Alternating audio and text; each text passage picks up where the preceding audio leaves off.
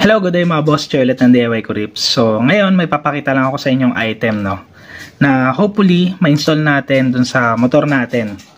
Ano ba yung item na to? So, ito yung item na papakita ko sa inyo. Ano ba ang tawag dito? Ang tawag dito, door actuator. Actually, ito, mas madalas nyo makikita to sa mga sasakyan. So, ito yung mga nagbubukas at saka sara ng pinto ng mga sasakyan.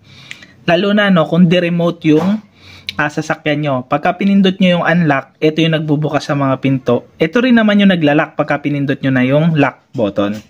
So, basically, ito is either hahatakin niya or itutulak niya. Yan.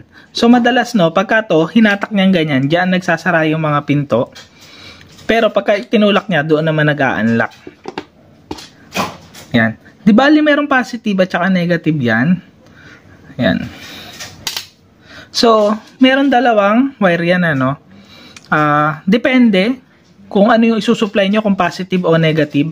For example na lang, ano, etong kulay blue, supplyan natin ng kulay itim or ng negative. Yan.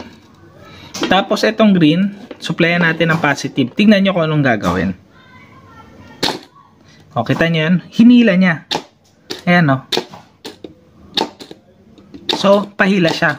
Pero pagka binaliktad nyo yung supply, yung green, supplyan nyo ng negative. Tapos yung blue, supplyan nyo ng positive. Patulak naman. Yan. So, ganyan yan, ano. So, ganun siya gumagana doon sa mga sasakyan. Pero, saan ba natin gagamitin to, no? Kung i-install ko to doon sa motor ko. Gagamitin ko to doon sa upuan. Hindi ko lang alam, no, kung pare-parehas tayo ng experience na lalo na sa mga NMAX, no? Kasi hindi mo mabubuksan yung upuan niya nang hindi mo papatayin yung motor. So, halimbawa, no, nabuksan mo na yung motor mo, maandar na yung makina.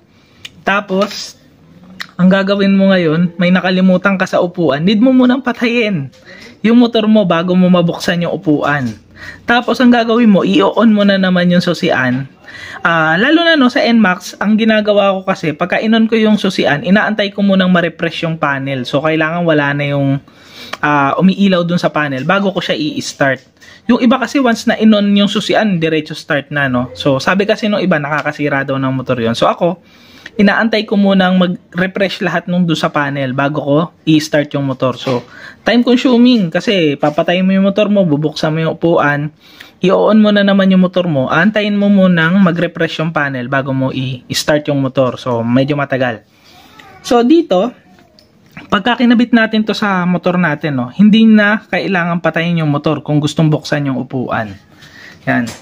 So, ang gagawin natin dito, no, yung blue wire, supplyan natin ng negative. Yung green wire, positive. Yan. Kasi ang kailangan natin yung pahila. Pahilang motion yung kailangan natin. Yan. Yan. Actually, meron pa akong biniling isang actuator. Eto. Yan. Ito naman, iisang motion lang to, puro pahila lang to.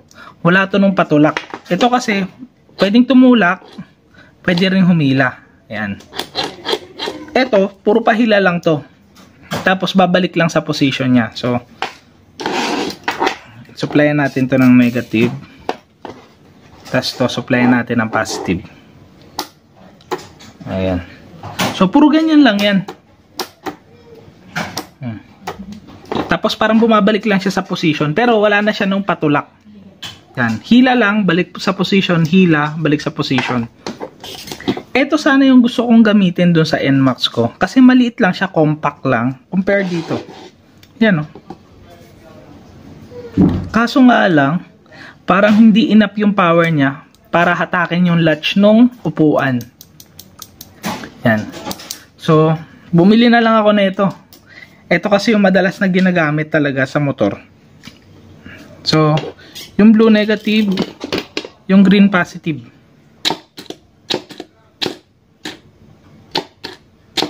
Ayan. Tapos, syempre, kailangan natin ng switch dyan. Gamit kayo ng momentary switch. Ito. Ano ba yung momentary switch? Momentary switch yung pagka pinindot mo, naka-on, pagka binitawan mo, mag-o-off. Momentary switch. Ibig sabihin nun, hindi siya naglalak. So, pagka pinindot mo, on, pagka binitawan mo, off.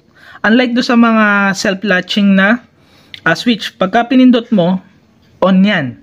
Kailangan mo pang pindutin ulit bago mag-off. Ito, pagka pinindot mo on, pag binitawan mo off. So, testing natin ano. So, ito, lagay na natin to sa negative.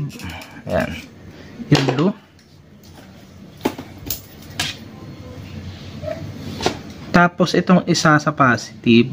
Itong sa switch, yan.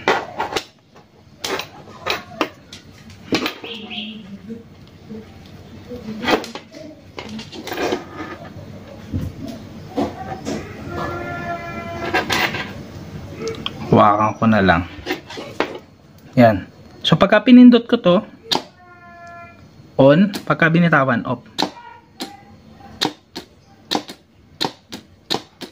Yan.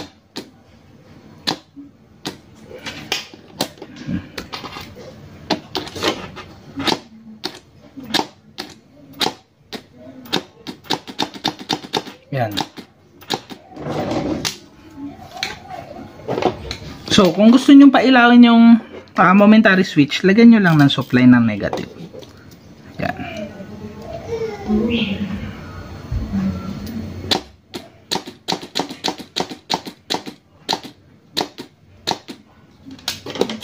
Yan. So, abangan nyo yung video natin sa mga susunod na araw, no? Kakabit na natin to dun sa NMAX version 2 natin. Ito, baka to dun lang to sa may packet. Sa packet ko na lang to ilalagay. Pero ito sa likod, so need natin magpagapang ng wire. So abangan nyo, baka gawan ko na lang ng diagram o ipakita ko yung actual installation. So bahala na. So abangan nyo na lang. So tapusin na natin tong video na to, no? Pinakita ko lang sa inyo yung mga gagamitin natin do sa mga susunod nating installation. So ingat kayong lahat, ride safe, God bless.